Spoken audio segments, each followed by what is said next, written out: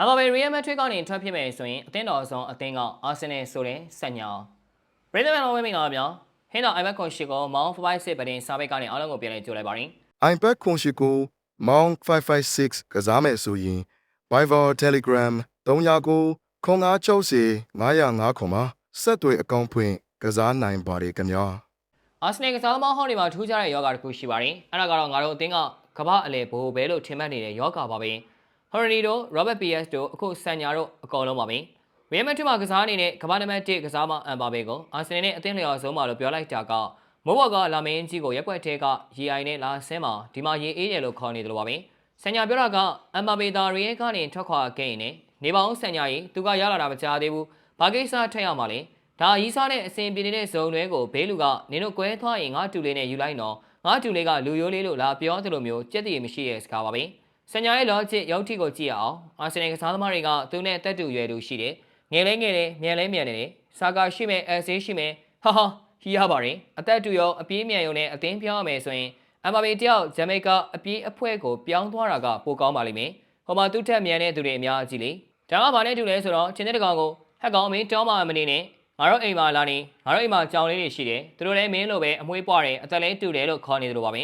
ချင်းကကြောင်နေနဲ့ဘာကိစ္စသွားပေါင်းခြင်းရမှာလဲဆန်ညာမင်းရဲ့အဓိကအချက်ကပတ်စံပါအမ်ဘာဘေရဲ့လာအစာကအာဆင်နယ်တင်းလုံးရဲ့လာအစာထက်တောင်များချင်များနေပါအာဆင်နယ်ပိုင်ရှင်ခရွန်ကီကပတ်စံသွားမှကြောက်တဲ့သူအမ်ဘာဘေကိုခေါ်ဖို့ဆိုတာစားကျင်စိတ်တော့ရှိမယ်ဒါပေမဲ့ဘေလာရှင်းနှလုံးရက်သွားလိမ့်မယ်ဆန်ညာကတော့အလိုက်ဖက်ဆုံးလို့ပြောတာလွယ်တာပေါ့သူရှင်းရမှာမဟုတ်တာအမ်ဘာဘေသာအာဆင်နယ်ရောက်လာရင်စာကာတို့အေရီကတ်တို့ကငါတို့လာအစာကိုရှော့ပြီးသူ့ကိုပေးလိုက်ကြပါလို့ပြောမလားအသင်းပြတ်သွားမယ့်အကြံကိုပေးနေတာပါမိမြအာဒီတာဆိုတာစီကန်းကြီးတယ်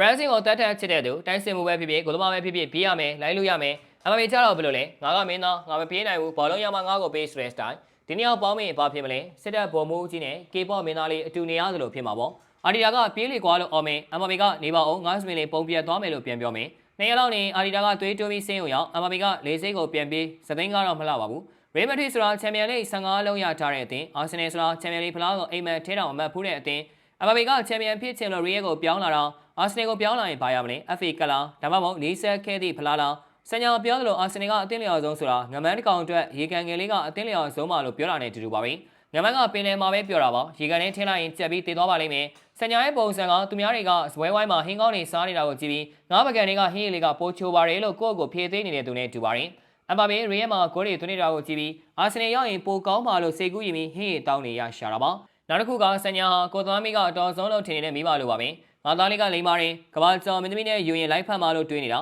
တကယ်တော့ကဘာကျော်မင်းသမီးကကိုသားကိုတိတော့မသိပါဘူးဒီကောင်းချောင်းနေနဲ့ပြောရင်ဆန်ညာရင်အသေးအောင်ကိုချစ်တာလက်ခံပါတယ်ဒါပေမဲ့အိမ်မက်နဲ့လက်တွေ့ခွဲခြားမြင်ပါအောင်အမ်ဘာဘေအာဆင်နယ်ကိုရောက်လာမယ့်ဖြစ်နိုင်ခြေကအာဆင်နယ်ချန်ပီယံလိရမယ့်ဖြစ်နိုင်ခြေထက်တောင်နည်းပါသေးတယ်ဒါကြောင့်နောက်တစ်ခါအင်တာဗျူးဖြစ်ရင်ကော်ဖီလေးပါလေးတောက်မျက်နှာတစ်ပြီးမှဖြစ်ပါမဟုတ်ရင်လူတွေကဒီလူဘာဆေးသုံးထားလဲလို့မေးခွန်းထုတ်စရာဖြစ်နေပါလိမ့်မယ်အဆုံးထိကြည့်ရှုပေးခဲ့ကြတဲ့အတွက်အားလုံးကိုကျေးဇူးထူးပဲတင်ရှိပါရခင်ဗျာ